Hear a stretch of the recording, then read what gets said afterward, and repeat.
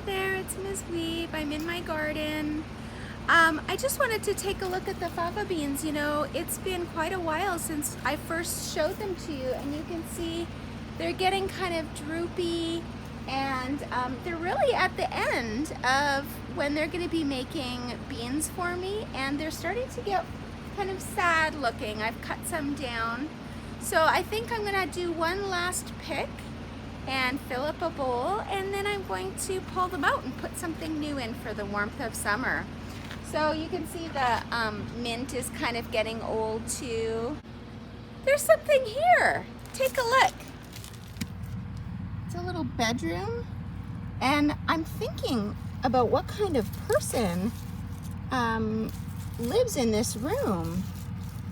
I'm thinking about how old they might be and what they might enjoy doing, and also what kind of person they are, if they're careful and tidy. So I'm noticing that the books are all neatly put in the nightstand. I'm noticing that the bed is neatly made, and look at all the toys are, well, they're not all in the basket. This dinosaur isn't in the basket, and there's some Lego pieces in a little car that aren't in the basket. But for the most part, all the toys are cleaned up too. So that tells me that the person who lives here is probably pretty tidy. I'm thinking because there's toys, the character who lives here, that's the person we were talking about characters yesterday. The character who lives here is probably a child who likes to play with all sorts of building toys and cars and soft animals and dinosaurs. I don't know if it's a boy or a girl. It could be either.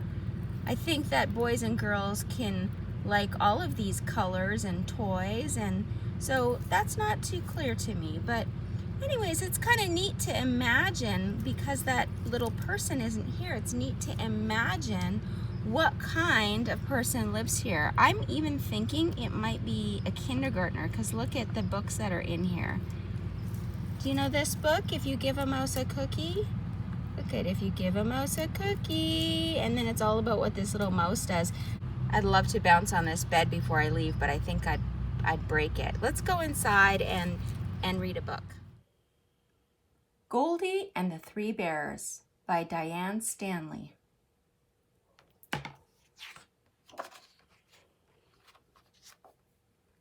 Goldie knew exactly what she liked and what she didn't.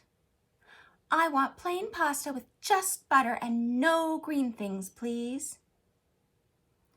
Too high, too scary, too curly, too cold.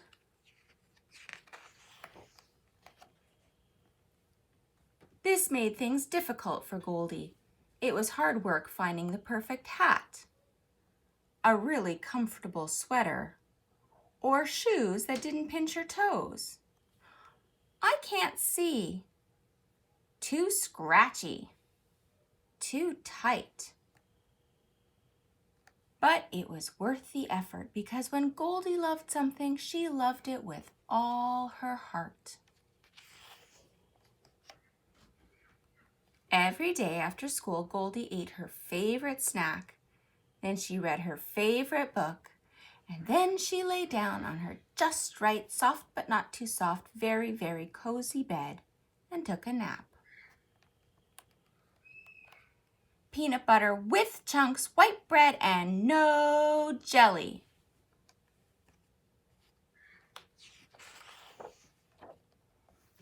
Her parents worried about her. Why don't you invite a friend over, said her dad. It'll be fun, said her mom. But it wasn't. Jenny was too boring. Penny was too rough. Alicia was too snobby, and Sylvia wouldn't come. Nobody's perfect, said her dad. But Goldie didn't want somebody perfect. She wanted someone she could love with all her heart. One day, Goldie got off the bus at the wrong stop. She looked around for someplace she could call her mom. At the end of a tree-lined lane, not far from the bus stop, she saw a cute little house. Goldie rang the bell. Nobody answered, so she turned the knob. The door wasn't locked. Goldie peeked inside. She saw 3 sandwiches laid out on the kitchen table. That's when Goldie noticed that she was really, really hungry. Goldie tasted the first sandwich. It was too sweet. Yuck, jelly. She tried the second one. It was too bland. It needs something. But the third sandwich was a revelation. Peanut butter with chunks, white bread, no jelly, and no crusts. She ate the whole thing. Then Goldie peeked into the living room. She saw a book on the coffee table. It was her favorite. She didn't think anyone would mind if she sat down for a couple of minutes to read it. Once she found a comfortable chair, she settled in for a good read.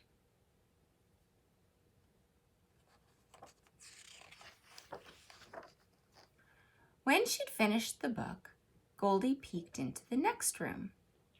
It will not surprise you to learn that she found 3 beds in there, and that one was too soft, one was too hard, and one was just right. Within seconds, she was asleep and dreaming. In her dream, 3 bears came into the house. "Someone's been eating my sandwich." "Mine too." "I don't even have a sandwich." Then she dreamed that they went into the living room. "Someone's been sitting in my chair." "Mine too." "And reading my book."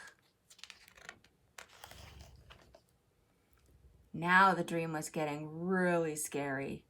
The bears came right into the bedroom.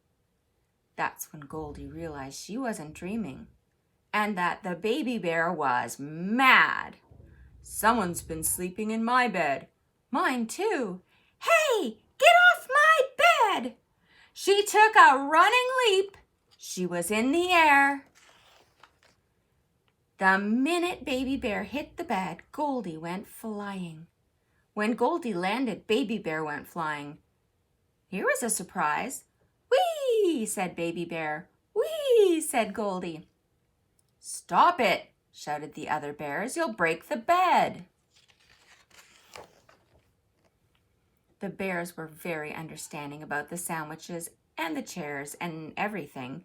They even invited Goldie to stay and play with Baby Bear. And so she did.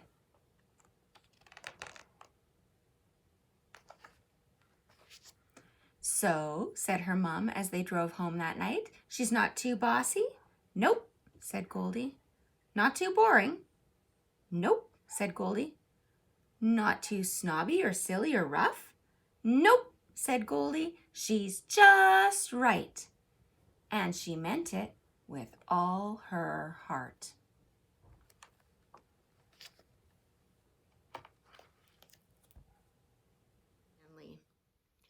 Yesterday we read the old-fashioned story of Goldilocks and the 3 bears.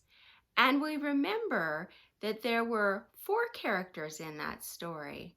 There was Mama Bear, Papa Bear, Baby Bear, and Goldilocks. We didn't get to know Goldilocks very well, did we? We just learned one little part of her day one day, and that's when she went into the 3 bears' house in the woods. In this story, we get to know Goldilocks in a whole new way. We learn what she likes, what she doesn't like. We learn who she lives with. We learn how old she is and lots of other things about her too. And we also learn that she really, really wants a good friend. So I think that the character in this story is a little bit more interesting because we learn more about her. That's one of the things that you can keep in mind when you're reading and when you're writing, that when we know more about characters, it's easier to really kind of care about them more and be excited when they're excited and be sad when they're sad. I hope you enjoyed Goldie and the Three Bears. Tomorrow I have one last story that's like Goldilocks and the Three Bears, so I hope you'll watch it with me. And we're going to think about the setting in this story. See you tomorrow.